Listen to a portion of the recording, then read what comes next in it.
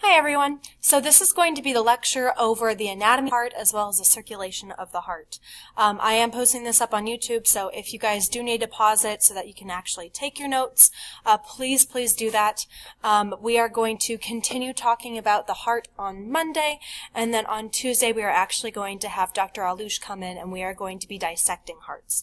So it is very important that you get this anatomy terms down now along with the circulation down now, because we are only going to have one day to review before we have our dissection. So, getting started, we have the function of our heart, and this kind of correlates back to the blood. We are transporting materials, aka the blood, around the body. Our components of the cardiovascular system include the heart and all of the blood vessels. This includes arteries, veins, capillaries, venules, arterioles, which we are going to be talking about later next week. So our structure of the heart, the size of our heart is roughly, so this all depends on how big your fist is. If you are a bigger person, chances are your heart is going to be bigger. And it is located in the mediastinum, which is that space in between the lungs, and it's right next to the thymus, which was that endocrine organ dealing with the immune system that we talked about with the endocrine system. The fibrous pericardium, which you are going to have quiz and test questions over, is going to be a nice bag that covers our heart. We've looked at different cavities, bags that cover different muscles and organs. So like the fascia cover the muscles, the individual muscles. We've also seen how the periosteum covers bones. The pericardium then covers the heart. Cardio meaning heart, peri meaning above or around. So the pericardium covers the heart. So a surgeon, before they go in and actually start dissecting the heart, have to cut through that little bag, that pericardium. So the visceral pericardium is going to be the layer of the pericardium that is closest to the heart. And then the parietal pericardium is going to be the layer on the outside of the heart. So if I look at this pericardium right here, I am going to be looking at the parietal side. Now this underneath side that is going to be up against the heart, that will be the visceral pericardium. So our heart, we have many layers of actual muscle here. The pericardium, that is the sac that encloses it. And we also have some pericardial fluid in order to make sure that the friction, whenever the heart beats, does not rub up against the muscle and deteriorate it. So that pericardial fluid is really important for maintaining the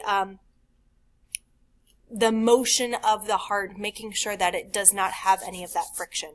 So it is in between the sac and what we call the epicardium, which is that top layer of actual muscle within our heart. Underneath the pericardium, we have the myocardium, myo meaning muscle. This is going to be a bulk of that cardiac muscle. And then we have the endocardium, which is going to be a smooth inner layer of the heart. The heart is divided up in between 4 different chambers. So the endocardium is what's on the inside that actually touches the blood and helps push the blood around. So this is a nice frontal section of the heart. On the outside, we have this pericardium. That pericardium, once again, is the bag that holds the heart. In between the pericardium and the actual heart, we have some fluid in here, which is going to be the pericardial fluid. The epicardium is going to be that top layer of the actual heart. Here it's called like the parietal layer. Oh, I'm sorry, not parietal layer. Actually, it's not even labeled on here, but the epicardium is there. This entire is the myocardium, and then this inner layer, that endothelial lining, that is going to be the endocardium. So epi meaning above, myo muscle, endo inner. These are the 3 layers of the actual heart itself. So our pericardial cavity, I mentioned this earlier, it contains that fluid for the heart to float in, reducing the friction, and then we have the epi, myo, and endo. So this is just kind of a summary page of the layers of the heart before we get into what the actual chambers are. So, heart structure.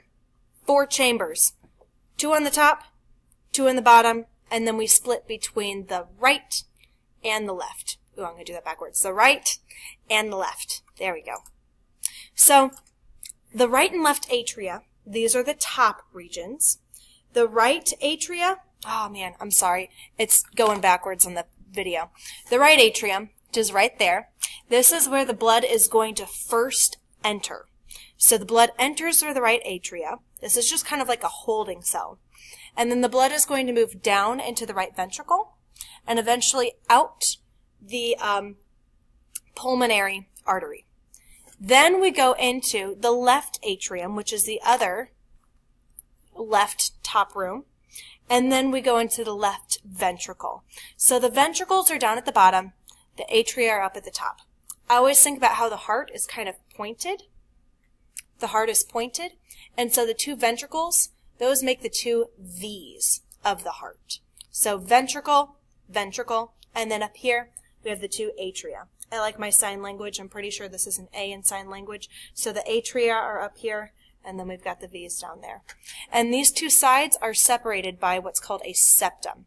There's a big, thick layer of muscle that is right in between the right and the left sides of the heart. So then, the heart is all about pumping the blood. We need to make sure that the flow of blood is correct. So we have these valves that help the blood flow in one direction. So the blood moves forward, it's not able to get back. So the first one, the tricuspid valve, this is going to be in the right atrium and the right ventricle. Then we have the pulmonary semilunar. This is in between the right ventricle and the pulmonary trunk. So the way that our blood flows, and I'll talk about this in a little bit here, the pulmonary semilunar valve helps the blood flow into the lungs and not back into the right side of the heart.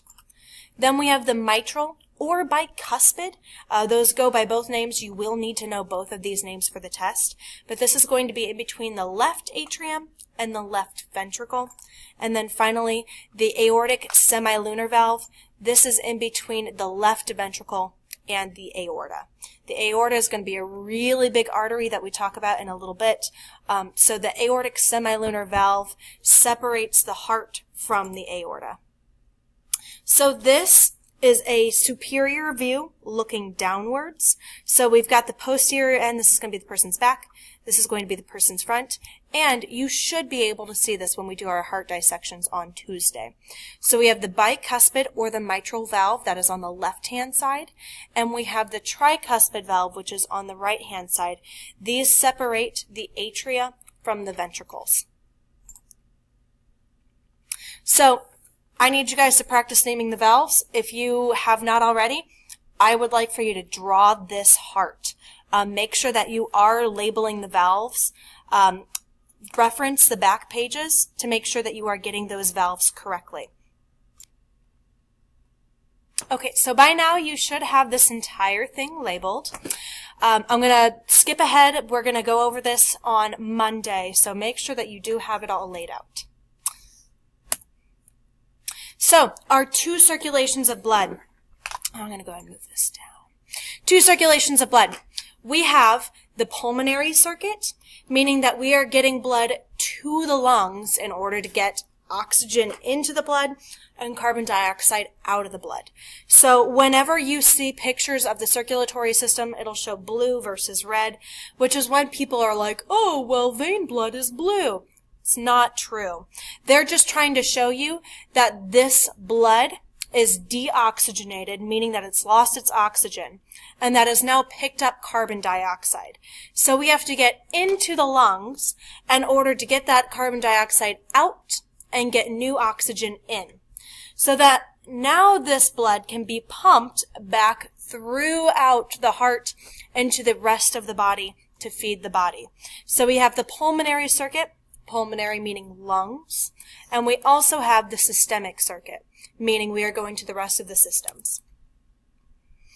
So this is kind of like a jumbled up highway, which is why we need to have those valves in order to make sure that everything is flowing in the correct direction. We're going to start down here with venous blood, so carbon dioxide, no oxygen. In the blood, it gets dumped into the right atrium. Then it goes down into the right ventricle. Notice that we have this giant septum right here, that thick layer of muscle that separates the deoxygenated blood from the oxygenated blood. So we go from the atrium to the ventricle, and then that pushes the blood up into the pulmonary artery. One goes over to the right lung, the other one goes over to the left lung. We leave the we dump out the carbon dioxide and we pick up oxygen. Then, in the pulmonary veins, we go right into the left atrium, then into the left ventricle, and then out to the aorta to feed the rest of the systems. So now that we're feeding the rest of the systems, we are losing that oxygen, gaining more carbon dioxide, and then going right back into the left atrium, and then the cycle repeats itself. So we see this process of losing oxygen, gaining oxygen in the lungs, going back out to the rest of the systems. But we have two entire circuits here. One circuit to gain the oxygen, the other circuit in order to feed the rest of the cells. You guys do need to know this stuff. You need to know the valves, you need to know the chambers, you need to know the difference between the pulmonary and the systemic circuits. This is fundamental to this next chapter. If you are having a hard time with this, the best thing I can tell you to do is to draw. The more you draw these out, the more pictures you look at. You guys can make flashcards with like a picture of a heart and look at the valves versus the atria, the ventricles, the systems, which one has oxygen, which one does not have oxygen. But you guys need to practice this. So there's a little Pumps Your Blood song. I'm not going to sing it for you guys, but I believe you can find this on YouTube if you decide to go. There might be a link hidden. No, that's not a link hidden. But if you would like to get a good idea of like what happens and you're an auditory listener, this is going to help you out. So then, path flow of blood, once again, goes over everything. This is a good time for you guys to go through, watch as many heart animations as possible, tutorials, to try to label the heart diagram on your notes. On Monday, we're going to be covering this stuff, but by the end of today, I want you guys to be able to answer all of these questions. What chamber is this? Which valve is between the right atrium and the right ventricle? Which circuit, the pulmonary or systemic, brings blood back and forth to the lungs? And these are your answers. So, make sure you guys understand those. Take your time answering that stuff. Monday we are going to be going over this again. Let me know if you do have any questions. You can message me on Schoology. Chances are I won't get back to you until Friday. No, I'm not getting back to you on Friday, I'm going to be honest. I won't get back to you until Sunday, but you can still message me. I'll do my best to get to it when I can, and then Monday we're going to review all of this stuff. So, things you need to know. Anatomy of the heart. What are the chambers? So, atria, ventricles. What are the valves? What's the difference between pulmonary and systemic circuits? And then you also need to know what happens in each one of those. Where do we have the oxygenated blood? Where do we have the deoxygenated blood? Good luck. I hope you guys have a good day.